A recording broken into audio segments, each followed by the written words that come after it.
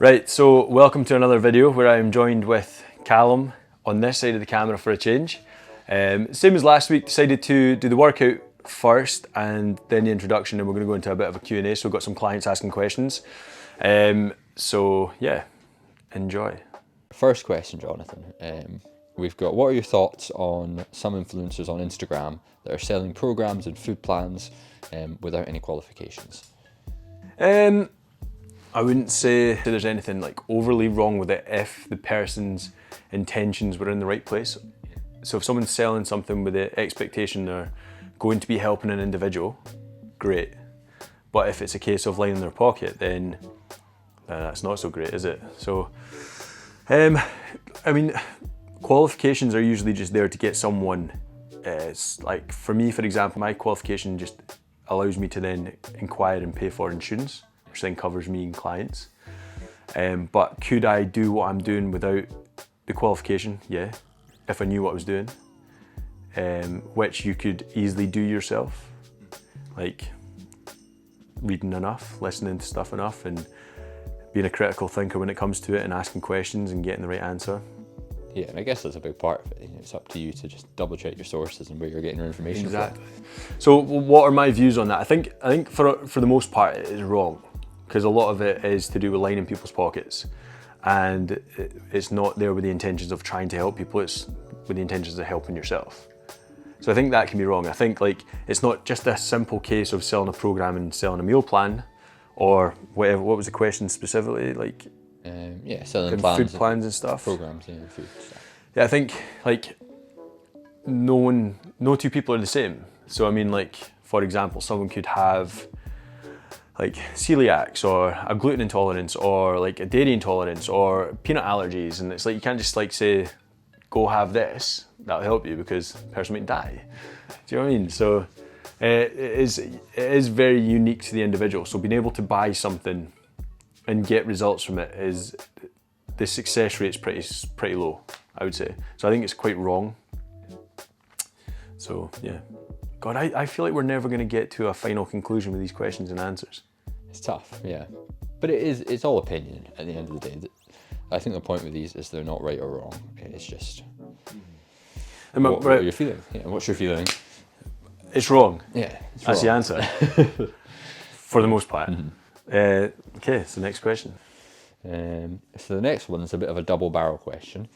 It's creatine, is it worth it? And if it is, when's best to take it? Creatine is a very beneficial supplement to be taken. It helps with overall performance, and you should be taking it daily at a similar time each day. Morning, afternoon, evening. I'm a bit all over the place with my creatine intake, because it's just as and when I remember to take it. So it might be first thing in the morning if I'm like on the ball, got my coffee, had my breakfast, ready to go to work, and I remember to take my supplements. Sometimes I take it last thing at night. I mean, it makes no odds really. It's just worth being consistent with that intake. Do you take creatine? I do, yeah, but I'm not always the best at remembering. Yeah, it's tough, yeah. So yeah, I think taking creatine can be very beneficial for overall performance. You will notice a massive difference in your performance in the gym. If you are consistently taking creatine, you'll feel stronger, you'll feel fitter, you'll feel just generally better, and as long as you are taking it consistently every day. Nice. It's very cheap as well, which is great for supplements. As far as supplements go, it's probably the one like bang for its buck. So yeah, there you go. Sorry for this. I'm just going to take the microphone off and have it handheld, because it's just hitting the bottom of my chin, and I feel like it's not going to be good quality audio. So anyway, next question is weight v cardio training. What's the benefits of both? Like already I'm thinking of like an analogy or a kind of a way of explaining it. It's like you've got different kind of like, you got sports cars and you got like shitty cars, right? So if you imagine you're taking the engine out of a shitty car and putting it in the sports car, it's not going to run very well, is it? So I mean, like what I'm getting at there is that you got your cardiovascular fitness, which is like heart and lungs, and your ability to kind of maintain like an output for a longer period of time with regards to cardio. That's a good engine. And then if you're lifting weights, what we're really thinking about is like physique development and kind of ultimately how you kind of present yourself and how you look, but you've also got the caveat to that is like you could be strong and out of shape, I suppose. But yeah, so like what are the benefits of both? Lifting weights, getting into the gym, being functional, working on strength, lifting just weights is great for overall health, mental health, and can also have a massive impact on how you look physically. And, oh, there's a dog going, I wonder if that'll be picked up in audio. It might be, but... And then you've got your cardiovascular health, so you're working on, oh, he's fucking outside now. Sorry, we'll need to cut there for a minute. We'll be right back. I think the conclusion to this answer should be like you should try and focus on both lifting weights in the gym in a way that makes you happy. So it doesn't need to be just powerlifting, it doesn't need to be just bodybuilding, it doesn't need to be like CrossFit, it doesn't need to be, if you're going into the gym, you're being progressive and you're enjoying what you're doing, great. And you should want to work on your cardiovascular health as well. So doing a little bit of running or cycling or just anything that elevates your heart rate for a prolonged period of time. And them two will complement each other really well. And ultimately you're just going to become a healthier individual. So, don't know, I don't even know if I've answered that. What are the benefits to both? Doing cardio, great for your heart and lungs, overall health. And in weights, make you look great. Yeah. Make you feel strong. Yeah. Perfect. I think that sums it up well. Yeah. So there's one here that's what do you think is the most annoying gym myth that you've come across? There's fucking loads. There's loads. Biggest misconception. Biggest misconception. I work with predominantly females, and they all kind of say the similar thing when they first start off. I don't want to get big and bulky. I'm like, nah, you won't. Yeah. You're not going to get big and bulky, trust me. I've spent years lifting weights and I'm still not big and bulky, and that's the goal. So yeah, no, like lifting weights doesn't mean you're going to leave the gym carrying carpets or looking like you're carrying carpets. Like, I mean, it's not the case. I mean, look at some of these Olympic lifters that are like 45 kilo women that are throwing 200 kilos above their head. That's strong. They've done nothing but weightlifting since the day they were born to be able to do that. And they look small, light and lean. So that's one myth, like lifting weights will not make you big and bulky. What are other ones? Can you think of any? God, there must be hundreds. There's hundreds, but it's that thing where you get asked a question and your mind is blank. Oh, like no, little things like conversations mostly about nutrition with clients. Like, oh, I better not have my dinner after 7 o'clock. It's like, oh, because I'll instantly turn to fat. Like the older generation seem to think this. And then you just like kind of ask the question back to them in a different way. It's like, so if you have your dinner at 5 to 7, if you have your dinner at 5 past 7, the 5 past 7 when your body recognises it, like, oh no, you're past the curfew, you're going to be fat now. Like it doesn't make sense, like the 10-minute difference. What's the other thing? Yeah, for me, one of the interesting things was on the nutritional side was you tend to like think that there's a lot of black and whites, like fat is bad, carbs are bad, protein is good, but often it actually there's more nuance than that, you know, and there is some good fat that you need. Like you need carbohydrates to function. And definitely, and it's just trying to reprogram people's brains a little bit, because you do have organisations out there that demonise certain things, and they don't focus on any other aspect of your health. So you only focus on like your scale weight or whatever, like the sins and free foods and all these kind of things, and it's like, yeah, there's a lot of nuance, and it is the black and white thing, question it. Yeah. Anyway, there must be loads of myths out there, but I can't think if I was asked specifically on the myths. One thing that I'm getting like tons of TikToks on, and I don't know, I've not done any research into this whatsoever, but it's on, is it sea moss? Like, yeah, okay. The sea moss the supplements. New superfood. Yeah. Like everyone's going on about it. I don't know, I've not looked into it either, but recently I have been looking at a lot of different holistic approaches to certain things. Like I got that mushroom extract thing up there, which is like the B vials, and you put different drops into certain different like times of your day, and you get different benefits from it. I can't say I noticed any difference. What were the other ones? So like that was the mushroom extracts. There's a lot of people talking about. The sea moss, I've not looked into it. There probably is benefits to it. It's like it's a natural substance, like mushrooms grow everywhere, different types of mushrooms, so you can probably get some form of benefit from it. But it has to fall into place with everything else being all right already. You can't just like take sea moss and like be super healthy. It's not a magic potion. None of it is. And you can't just take mushroom extracts if you're not already prioritizing like your nutrition, your water intake, or your sleep, or your training. Like, is it going to help you? Probably not. But I bet if you were already ticking off a lot of the boxes, like you're getting 8 hours solid sleep every night, great quality, you were generally quite an active individual all day, every day, without like overdoing it. You trained like at least 3 times a week, and your nutrition was like dialed in. Then taking these additional things, these supplements, like, so the pyramid is, the foundations are like sort your shit out. Yeah. Like sort the shit out that you can already control, then focus on other things, and then focus on other things. So it is like just this triangular pyramid that you're working towards that pinnacle, but you wouldn't expect the triangle to like stand there without the foundations being at the bottom. Yeah. It's not going to balance on the pinnacle, where you're just like, and this is the other thing, like, so you get organizations out there or people nowadays, like, so this is probably going back to that influencer selling stuff on Instagram and whatnot. It's like selling that fat loss pill. It's like bang out of order, because the individual's probably like riddled with stress, and like their workload's just crazy. They don't get enough sleep. They're not eating good food. They're just eating on the go. And then they think if they just take this fat loss pill, that's all their problems solved. Yeah.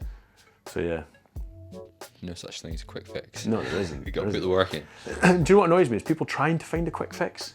Why not just enjoy fucking sorting your life out? Do you know what I mean? It's crazy. And like, that's quite rich coming from me, and quite hypocritical, because like right now my life is not like easily manageable. Yeah. But I'm not going to go out there looking for something to try and get me through like the sleepless nights with the wee one, or like dealing with like all my clients' lives and all that shit. Yeah. Like, there's no, you just got to deal with it. Just enjoy the process of like figuring that shit out for yourself. Problem solve your own life. Yeah, anyway, that got deep, didn't it? It did. But I guess with everything, it's a marathon, not a sprint, and you've got to. Yeah, but even like with that analogy, it's a marathon, not a sprint. Absolutely right. But a marathon does have an end point, and this is your life. Like, I mean, the end point is the inevitable end. It's not like at the end of like you. So the annoying thing that I feel recently, it's like everyone's like, right, I really want to get in shape. It's like, cool, what are you gonna do after that? Like, is that the end? Is you just gonna like, no, you stay in shape after that, and that's the prize of being able to like change your life around and maintain being someone that identifies as someone that goes to the gym, looks after their health, is fit and healthy, and like has that as a positive part of their life. That's not the end of the marathon. That's like that's the ultra marathon now. Yeah. Now you're maintaining that shit for miles and miles and miles. Brilliant. Yeah. Well, that's Days and weeks and months. similar to what we were talking about in the last video. Yeah. Changing that. Yeah. Building having it that into your moment. week, and yeah, it becomes something that you do regularly. Yeah. For sure, yeah. What was the question? I don't know. We lost the question in there. Something about gym myths. What are my thoughts on it? You said about sea moss. Sea moss. Yeah, that was Yeah. a bit of a random one. I just threw. So we'll move on. We'll cap that one there and say we answered some sort of question. This is similar to the creatine. It's about BCAA. Branched chain amino acids. Worth it, and when best to take it. I wouldn't waste your money on it, because you can get essential amino acids, Yeah. which branched chain amino acids is a complicated question. It's a supplement that doesn't really have its worth in salt, if I'm honest, and it's, yeah, I mean, if you're already having a relatively balanced diet, you don't need supplements like that. Yeah. I mean, if you're already eating like some form of animal-based protein at least once a day, you're getting your essential amino acids from that. EAAs could be beneficial for like someone that is completely vegan, Okay. but BCAAs, nah. It's not the full spectrum of amino acids. So yeah, Not worth worrying about. save your money. Question here about, I mean, this is, I guess, just personal to you. Best on-the-go snacks. I don't know if this is in relation to training and trying to be healthy. I don't know, we can answer it. We probably will answer it in like a really in-depth philosophical way anyway.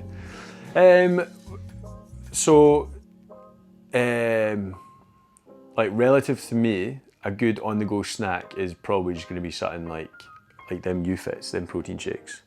Like, I've got a fridge full of them.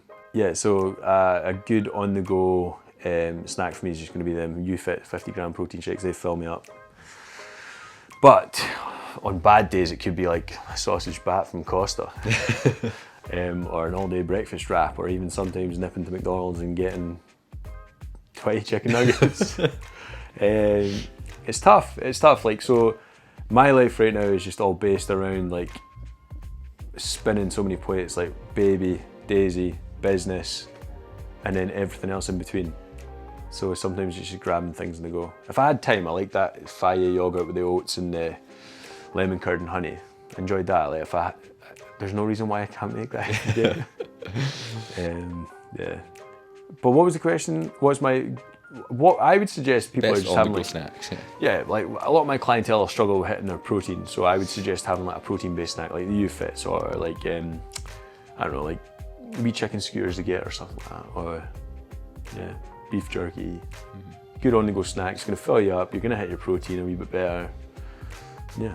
This one is about warming up. This question, so it's should you stretch before a workout? Is it worth it? No.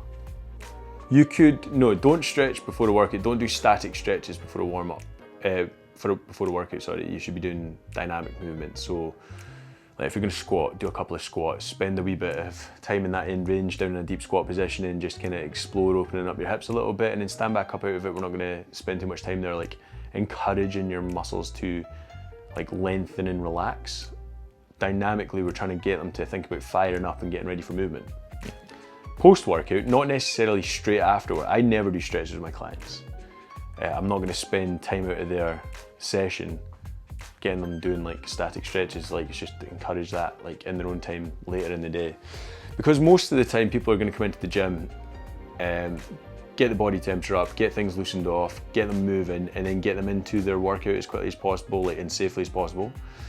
And then usually people are just going off to do stuff afterwards. So, did I just say afterwards twice there? Yeah. They're going off to do other stuff afterwards. So they don't need to be in that relaxed, rest and digest kind of state, because they're probably going back to a stressful household or work or doing the food shop and like all these kind of things. So like, yeah, stretch later in the day, post-workout, not pre-workout. Perfect. So this one is thoughts on the carnivore diet. Okay, it's all subjective and relative to the individual. Like the carnivore diet it's not a new thing, it's just now more people are talking about it. And like if you sit and look at like the way, have you ever looked at the carnivore diet? Not really, no. So there's a lot of people on TikTok and Instagram and that, and they'll show you their plate of my day in a carnivore diet, and it shows you their plate, and it's just like natural things, right? Well, it's obviously healthy, isn't it? I mean, there's not fucking Big Macs on that plate, is there? There's not like multi-ingredient, hard to digest kind of foods. It's just as it is, single ingredient shit. And pros and cons to it, like pros and cons to absolutely everything. It's probably really fucking good for you, but is it sustainable? Can you afford that lifestyle, like on a daily basis? I know I couldn't. Well, I could, but selfishly I would do it just for me. Because like Daisy can be quite fussy, so she's not going to eat a plate of carnivore food. She's not going to have like steak for breakfast and some scrambled eggs and some avocado and all these things. And then I've got a daughter to consider as well. So it's like, for the most part, everyone's in that situation. So it's not really sustainable. If you've got plenty of disposable income and you can get good quality foods and you can live that way, you're probably going to feel great. But you wouldn't. No, I would. You're veggie. Yeah, I'm veggie. So but it's irrelevant to me. It's the same like Liver King. Took the world by storm, eating nothing but testicles and liver. Yeah. And it's like, people did that in the past, and there was probably like lower rates of cancer, lower rates of Alzheimer's and dementia, lower rates of diabetes. It's like society now is dictating that we eat unhealthily. It's like hustler society is like, get up early, work really late, make loads of money, but be miserable. But in your small gaps, quickly nip to Costa and get a sausage bat. Yeah. It's not really healthy, is it? No. And you couldn't live your life just eating that all the time. You do need to try and find time to set aside to go do a good quality food shop, prep your food. Like, this is again hypocritical coming from me, but like in an ideal world, me and Daisy would go do a food shop maybe once or twice a week.